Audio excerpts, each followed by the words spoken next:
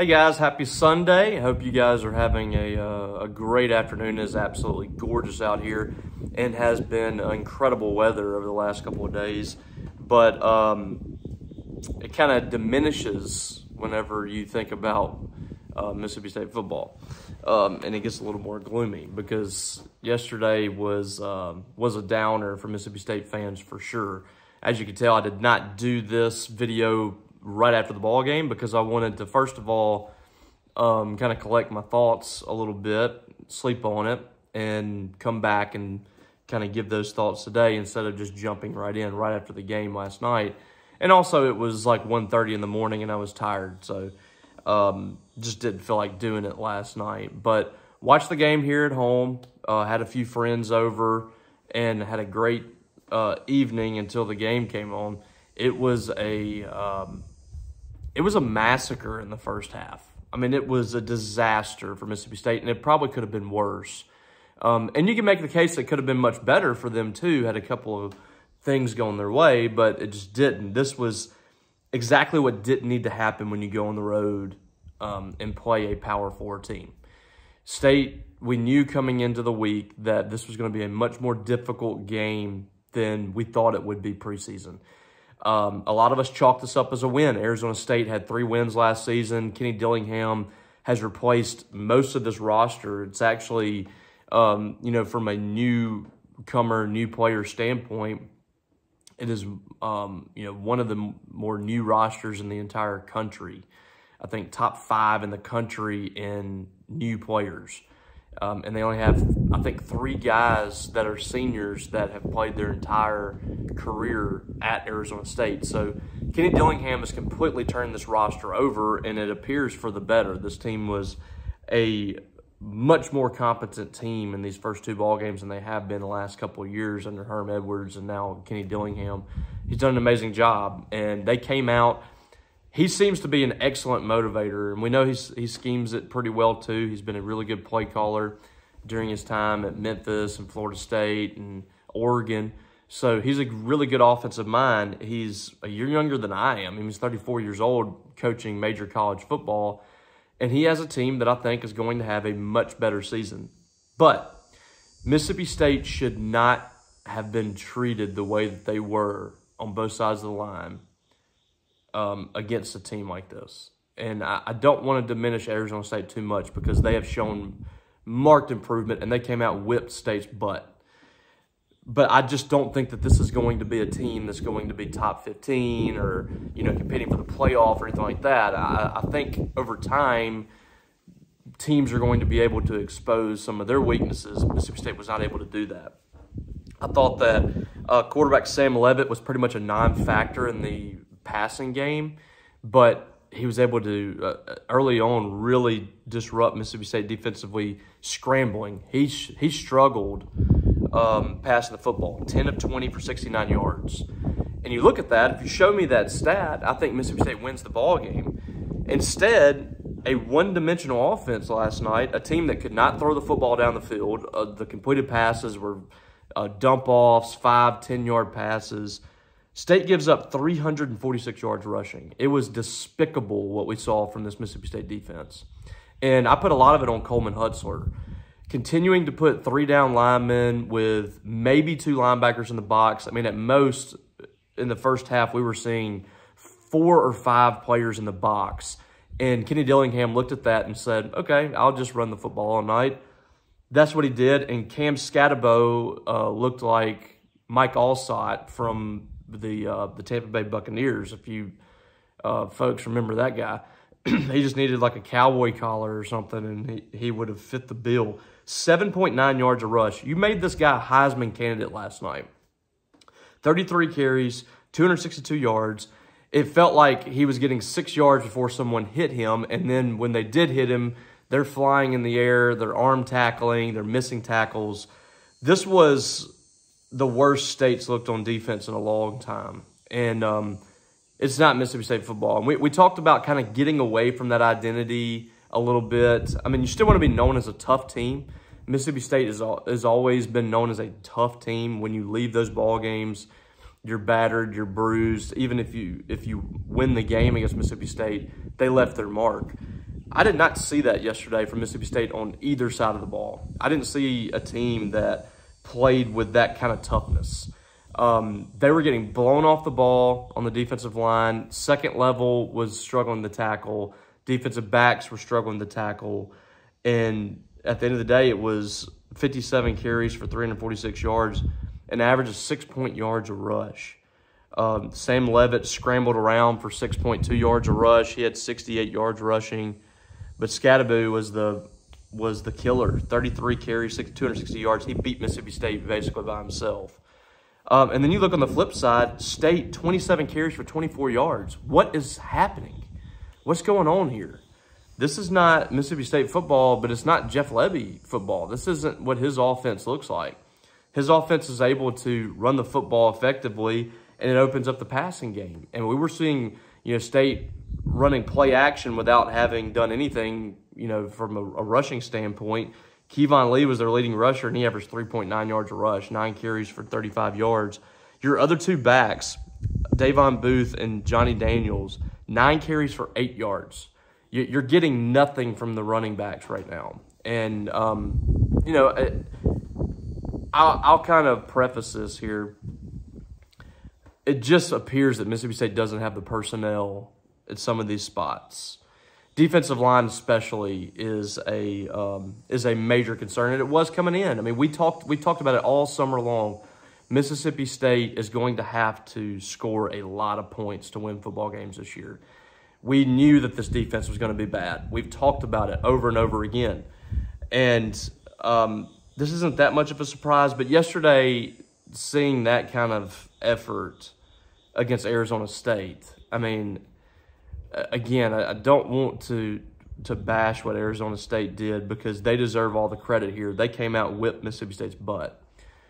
But they've never won an SEC game in school history. This is the first SEC win they've ever had.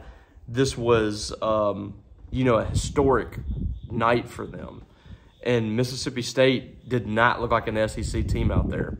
The SEC teams that go up against these former Pac-12 teams and, now Big 12, ACC, whatever, they're able to impose their will on the offensive and defensive lines. And Mississippi State recruits towards the bottom of the SEC. But that's still better than a lot of these other schools. They're comparable to Arizona State talent-wise. They should not have been whipped like this up front. And, again, I give all the credit to Arizona State for coming out and doing it. Mississippi State just completely whiffed. It was a terrible effort on the defensive side of the ball, and I think it's top to bottom. I think it's the fact that you just don't have the personnel right now. That's on Mississippi State coaches. They didn't go out in the offseason and get players that can help them win up front. They got guys that have been around for 4 years in the Power 5 that haven't been super productive. Those are the guys you're relying on. You're relying on true freshmen on the defensive line. Kai McClendon's having to play major minutes up front. And I think Kai's going to be really good, but you're asking him to be a key part of what you're doing at nose tackle. And I just don't think that that's conducive for, great things. Isaac Smith, I mean, in 2 games, he has 28 tackles. And, it's going to play kind of to his strengths. He's a box safety type. He's going to play the run. But that's a lot of tackles for a safety to be making. I mean, 10 tackles is one thing. 17, he's having to come up and make a lot of the tackles on Scadaboo. And that's not what you want. I mean, I applaud Isaac. I think he's easily been Mississippi State's biggest standout and bright spot on the defensive side of the ball. But 17 tackles is just it's asking a lot out of your sophomore that's starting for the first time. And this was just, rough in every way imaginable. You had 2 tackles for loss in the game, 1 sack. It was just, it was rough. It was rough in every facet. So the way I'm approaching this is, and I think sleeping on it was the best thing to do, but I'm not going to be prisoner of the moment on this. I think that a lot of people have tried to justify, Jeff Lebby coming in and doing great things right away. And 6 wins has kind of been my benchmark. That's been the goal. I don't think it's very possible. It did not coming in the season that it would be very possible for State to get to 7. And that's just 7. 6 is kind of where I felt like this team's ceiling. I think 7 is probably their ceiling. Had everything fallen right for this team. 6 is probably a good season for building on the future and kind of moving forward. But getting to 6 now is going to be incredibly difficult. And I want to reiterate again for State fans, because I know everybody's going to be frustrated this year. Ole Miss is significantly better right now. Ole Miss is competing for a playoff spot, and it's going to be tough to imagine them not getting it. And State fans are going, that's going to be a tough pill for this fan base to swallow. That the first time they go to 12-team playoff, your rival's going to be in the game, and you're probably going to lose that ball game too that you play against them. But I just implore you, you've got to have some patience with Jeff Lebby. I know that everybody's going to completely jump to the conclusion that Jeff Lebby's not going to get the job done here. It's too early to say that, first and foremost. And secondly, you cannot get rid of a coach again, in 2 or 3 years. I think that you've got to give Jeff Lebby time here. I have a ton of faith that Jeff Lebby's offense is going to be really successful. And I didn't think it was terrible last night. I thought it was bad in the first half. I think the running game is what's really baffling right now. Is Mississippi State they're not getting anything out of Devon Booth so far, and that's been, a guy that is supposed to be your lead guy, and you're having to rely on Kevon Lee, he just doesn't have the swiftness that that they're looking for there. But I thought he played hard on Saturday. He ran the ball hard. He had a catch or two, I think. So I just don't think that this team is ready yet. And you look at the personnel, especially on the defensive side of the ball, and what they're about to have to go up against. I mean, it can get really ugly for this team. Coleman Hutzler's going to have to scheme up something each and every week to get the best out of them. And I didn't think he did a good job on Saturday. I didn't think what they were doing defensively put them in the best spot to win that ball game. Arizona State saw them line up with 3 down linemen, and they ran on it the entire night, and there was very few adjustments. We saw a couple of different looks, especially in the second half, showing more blitz from the linebackers. We saw a safety blitz, but the execution wasn't there, and it was just awful. I mean, in every way, there was nothing good that came out of that game on Saturday on the defensive side of the ball. And then you look at the offense, and it's just, I don't know what I feel about yesterday offensively. In one sense, I think about it, and we've talked about how Mississippi State has got to score a lot of points and be really productive on the offensive side of the ball. And this game played out just like I think many SEC games are going to play out, in that State's going to struggle to get stops, and the offense is going to have to stay in the fight with these teams. And they didn't stay in the fight in the first half. It was, I thought a big play was the pass interference call on Mario Craver. That really shifted the ball game.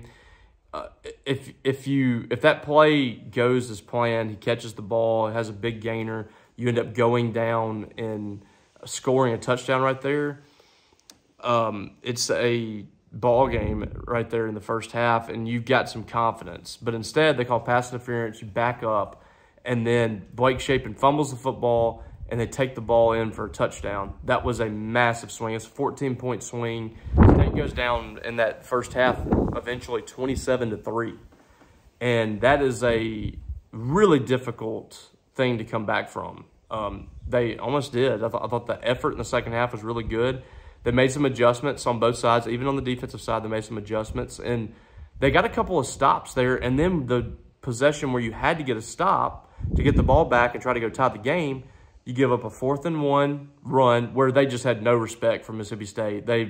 It was 4th and 1 from their own territory. I think it was like the 30-yard line maybe. And they just went for it. And they got the first down with ease. That showed you how little respect they had for Mississippi State's front. State just had no chance. And then you give up a 3rd and 5, big run from Scattaboo. It was rough. State looked smaller than they do usually on the defensive side of the ball. They just got bullied. I mean, it was really embarrassing. And there's no way to fix that this year. The personnel that they have, it cannot be fixed this season. And they got to get a jump start on this. They have got to go out and get impact players on the defensive line, at linebacker, secondary. They got to get those kind of players, whether it be in the portal, high school, I don't know. But if you got to spend money that you don't think you need to be spending, you better do it, because if you don't, you're going to have this again next year. Because you have some of these guys returning, but it's, this personnel as it is right now, I just don't see it working. I don't think that they can run a 3-3 or a whatever they're 3-4, whatever they're running right now. I don't think that they could run that. I don't think with this personnel, 3-down linemen is going to work for Mississippi State. It certainly didn't against Arizona State, and you're about to play significantly better talent. You're about to go on the road to Georgia, Texas, Tennessee, and Ole Miss. Just murderer's row. And you've now put yourself in a hole here. Even if you do come back these next 2 weeks and you beat Toledo, you beat Florida, right after that you got Georgia, Tennessee, and Texas. I mean, if you're expecting a bowl game, I would temper those expectations. What you want to see from this team is effort. Are they giving 100%? Are they playing with conviction? Are they playing with strong fundamentals, because they didn't do that on Saturday? Are they wrapping up, tackling, playing hard? You want to see that, and you want to see progress, running the football, being efficient on the offensive side of the ball. I just think that at times on Saturday, this looked like a team that was not prepared, and that was very concerning. We've seen this before with the last, couple of state coaches. Mike Leach, I think, got it under control, but Jim Moorhead didn't. Zach Arnett didn't. Jeff Lebby is learning. He's going to learn, and his staff is going to learn. But last night was, State got totally out-coached, outclassed, outplayed. Every facet, Mississippi State just was not good. So they got to regroup. You got the key thing for this team this year is they can't lose faith. They've got to stay in the fight. They cannot start to drag their head and have what happened last year. This team has got to stay the course through tough times, good times, whatever. You've got to stay the course and stay positive. And stay on the mission. But there's definitely got to be some changes for the team this week as they get ready for Toledo. And I mean, this isn't a pushover either. I mean, this is a Toledo team that they lost their quarterback, but they were really good last year. And this isn't going to be just a walk in the park for State. But they've got to regroup and get back on track this week, or it's going to be a really, really, really, really long season. So hopefully we're talking about some good things next Saturday evening. All right, guys, tomorrow night, Monday night, probably around 6, I'll shoot out a tweet just to be sure, but we will have Talking Dogs live chat. I will be taking your questions, comments, whatever you guys want to talk about. We'll be doing that on YouTube. If you aren't already, subscribe to this channel. I would greatly appreciate it. And subscribe to Maroon and White Daily. We got tons of content coming in this week. Recruiting news. I'll have a story on Caleb Cunningham. Talked to him the other night after his big win for Choctaw County over New Hope. And then, Paul Jones has his daily biscuits throughout the week too for you guys. So come check us out. I know you guys are probably frustrated after Saturday night, but this is a marathon for Mississippi State and Jeff Lebby. This is not going to be something that's going to change overnight. It's going to take some time for this team and this program to get back on track. But it certainly took a step back on Saturday. Hopefully they're able to kind of come back from that and do some good things this week. All right, guys, enjoy your Sunday. Beautiful day out here. I hope you guys are enjoying it. And I will catch you on Monday night for Talking Dogs.